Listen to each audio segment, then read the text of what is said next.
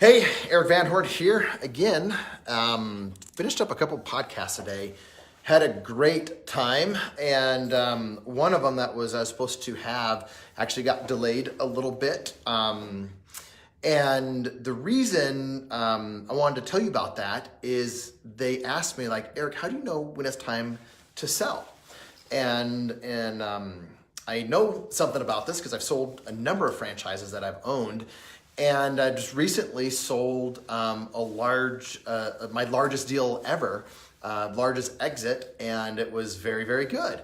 So here's some thoughts on how do you know when it's time to sell your franchise, and this is just my own personal experience and thoughts around the subject. So let's use a scenario where you're in one location, you have three stores that you're going to open up, and you got one open up, it's doing very well. Someone comes and offers you a good amount of money for them. You can either sell for a good amount of money and then continue to open up the other ones, or not sell. And so here's what's going through my mind with that. When it comes time to sell, let's say I did sell it to them, and I'll work back the other way on not selling. So let's say I decide to sell them the one store, profitable, doing very well, and then they have it, and if they give me a multiple that is a fair multiple, I'm just lukewarm about that, because what I give up is that particular store providing help to open up store number 2 and 3. And if you've heard me talk before, there's a lot of value in having one location that helps you open up number 2 and 3. And especially when you open up that third one, it's a breeze. I mean, you could do it in your sleep because you've opened up 2 of them already, and your staff is just helping you along. You've got market share, you've got brand recognition, and all of those things. So unless I am getting, let's say a fair price is 4X or 4 multiple, unless I'm getting 6X on that one store, I'm probably not going to do anything. Now, let's say they offered me like 6X, then I'm okay doing something like that because I know it's going to be harder to open up store number 2 and store number 3. And especially if they offer that much or that kind of multiple, again, if the average or the baseline that you see in the particular industry that you're in is 4, they offer you 50% more than that.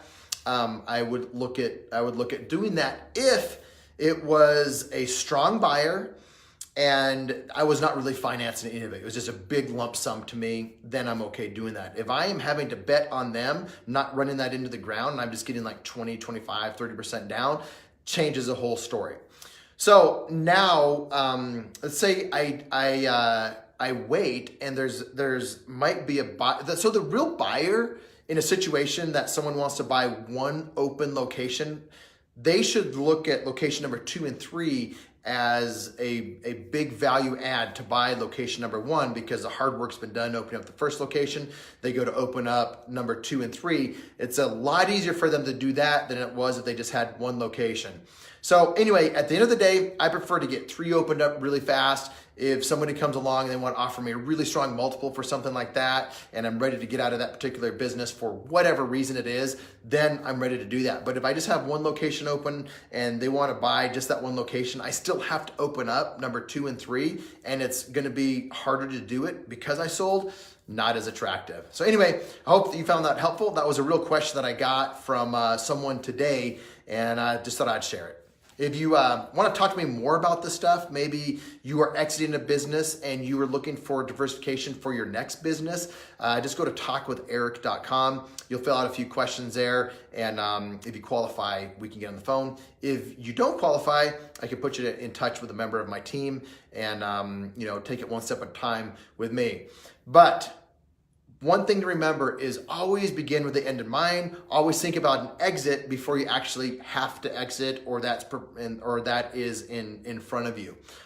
So there's different stages along the way. That's why I like to buy larger areas so I can exit at different times. And if I had 3 let's say I bought 6, I have 3 locations that are open. I could sell all those, and I'm good selling all those because I still have 3 more to open up, and I can still scale those. And I've taken all my a lot of money, and that in an ideal world would more than pay for getting these rest of these open, so that I'm dealing with the house's money. So anyway, just some thoughts from some real life experience.